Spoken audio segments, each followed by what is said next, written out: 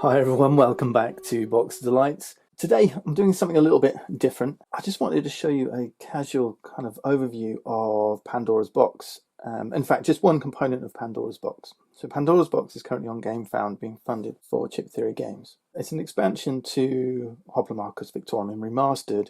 I've got Victorum set up here, and I've just set it up as I left it in the last playthrough we did. So I just tried to reconfigure everything. So give you a little bit of context around what I'm going to show you.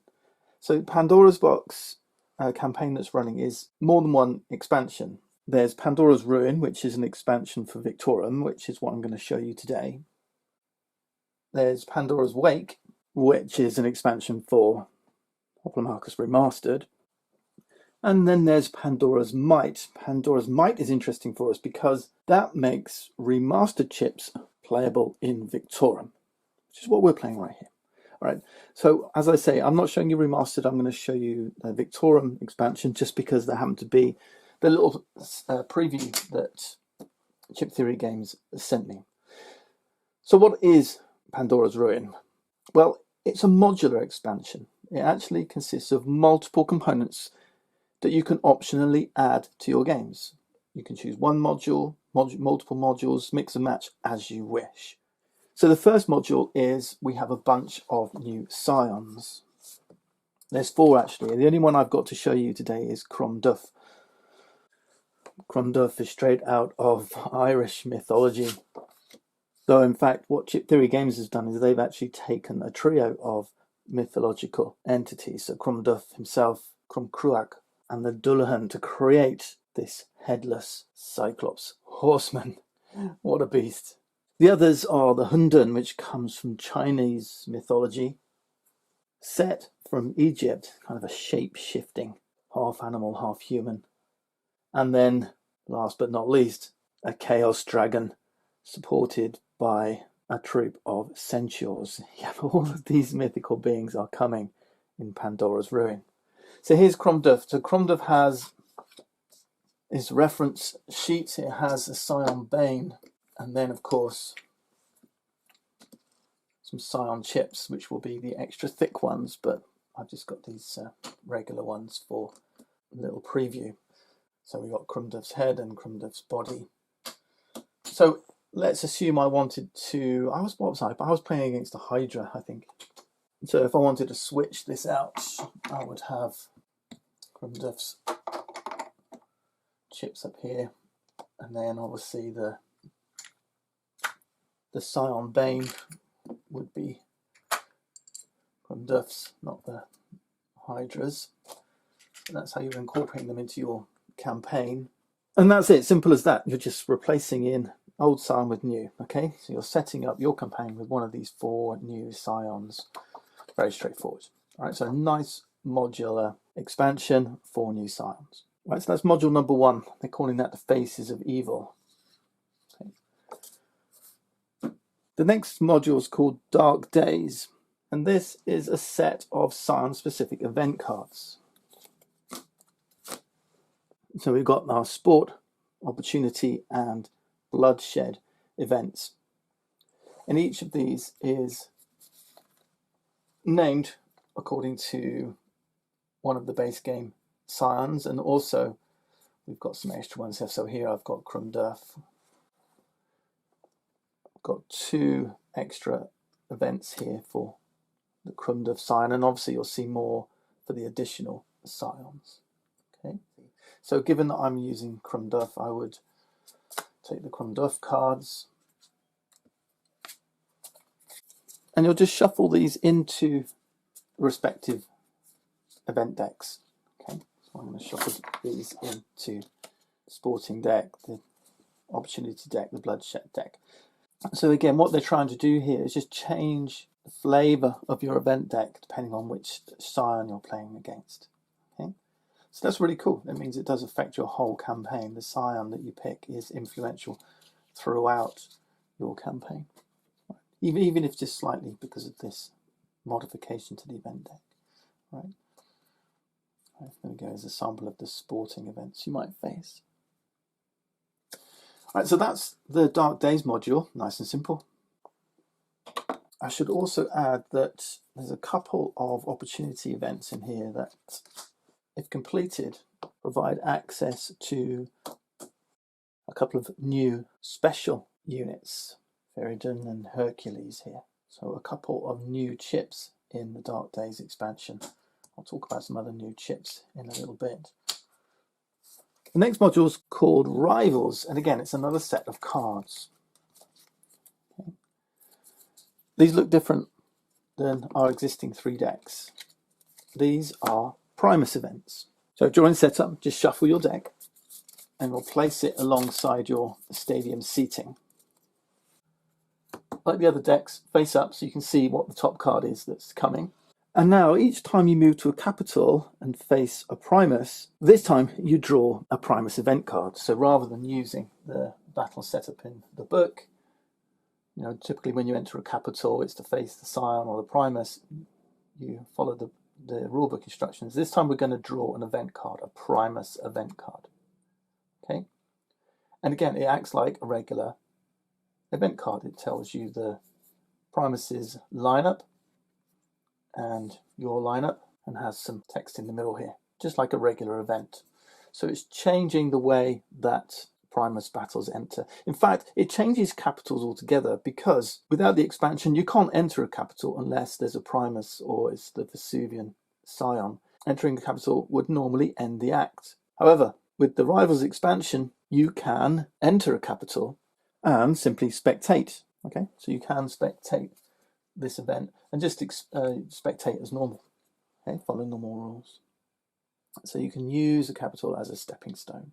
So once more, adding some variety to your campaign in the particular Primus battles. Okay, again, that's the Primus deck, event deck. Right, last module.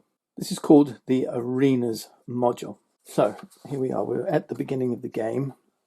I finished Act 1, fighting Stygiana at the Pluto's refugees capital, and I'm beginning Act 2. So I can travel. Let's say I travel down here for a sporting event. I pull my event card, which might be one of these new ones from Dark Days.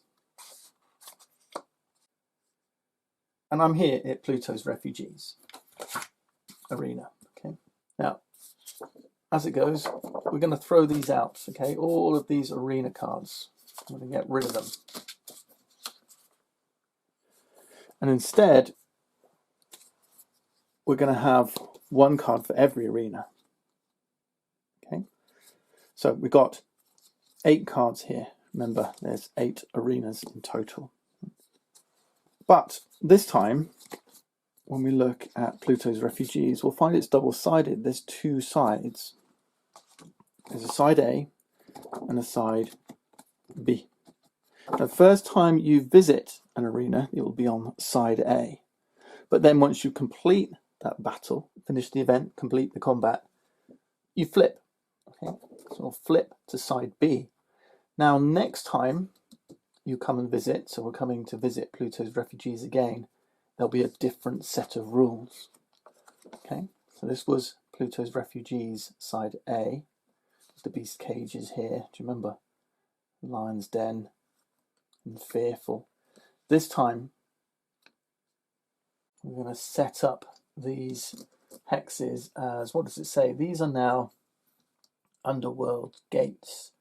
So we randomize these 2 and place them on these 2. So there's 2 new arena hexes here for Pluto's refugees. So one of them will be Cerberus and one Aelgana. Cerberus, Aelgana. Aelgana, a Mayan, I think, a Mayan demon. Okay, with their HP, with an arena die, it says set to 3 on top. Same for Cerberus. Okay, so 8 HP. Face up, so we're placing them face up. Okay, so we'll place them randomly face down, turn them face up. So there's Cerberus, our Hound of Hades.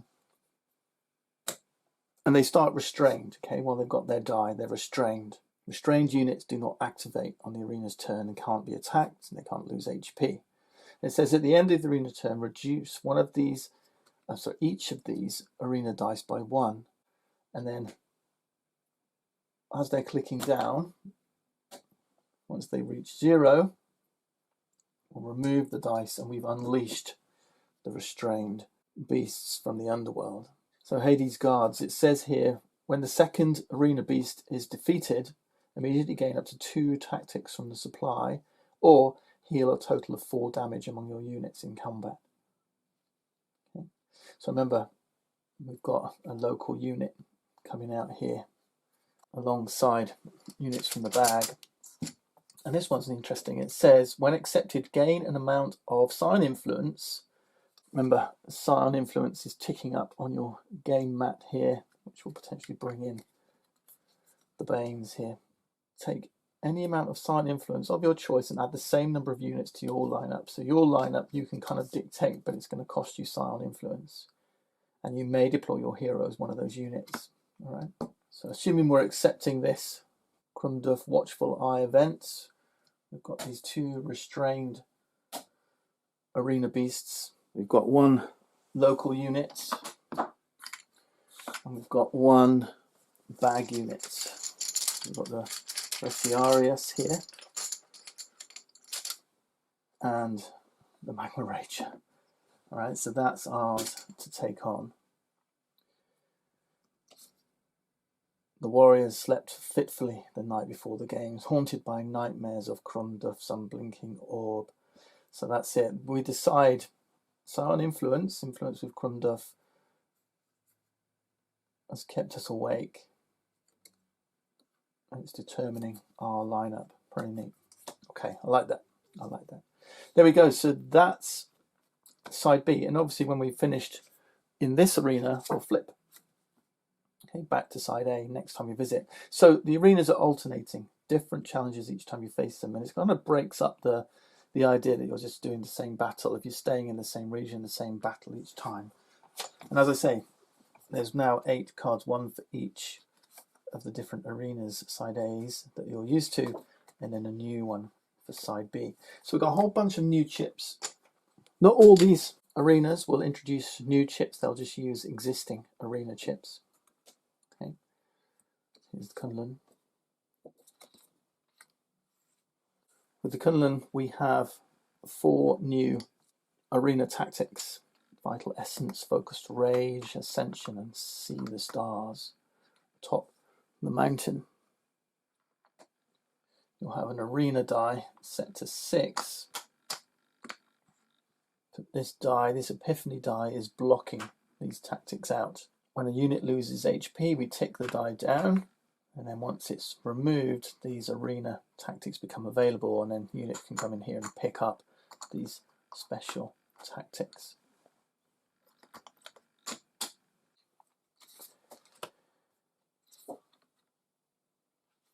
Here we've got the Vesuvian Arena, side B, introducing a new chip, the Magma Worm. Okay. In the Parthian Arena, we've got an extra chariot. So there's a new chariot arena chip to complement the one that came in the base game. The Lemosians Altar's Shadow introduces Ishchel's statue. Again, changing the rules up.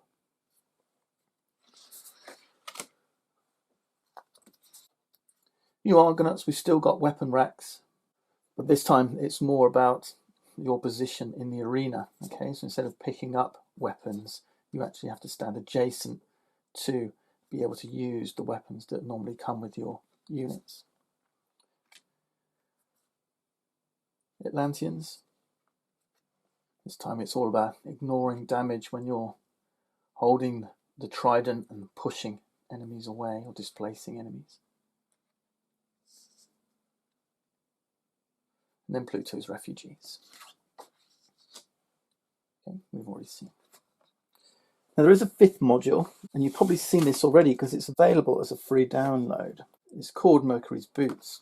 But basically, Mercury's Boots is a new way to campaign. And it's a shorter campaign, a much shorter journey. So if you want to try it out, go and look on the campaign page. There is a download link there, and it'll give you all the rules, it'll give you the print-offs, and it'll give you the components that you need to play this version that they've nicknamed Victorum. Have a look at it, it's worth a look. So that's it then, that's my little preview of Pandora's Ruin, and I'm really looking forward to building in all that new content into my game. Thanks for watching, we'll see you next time.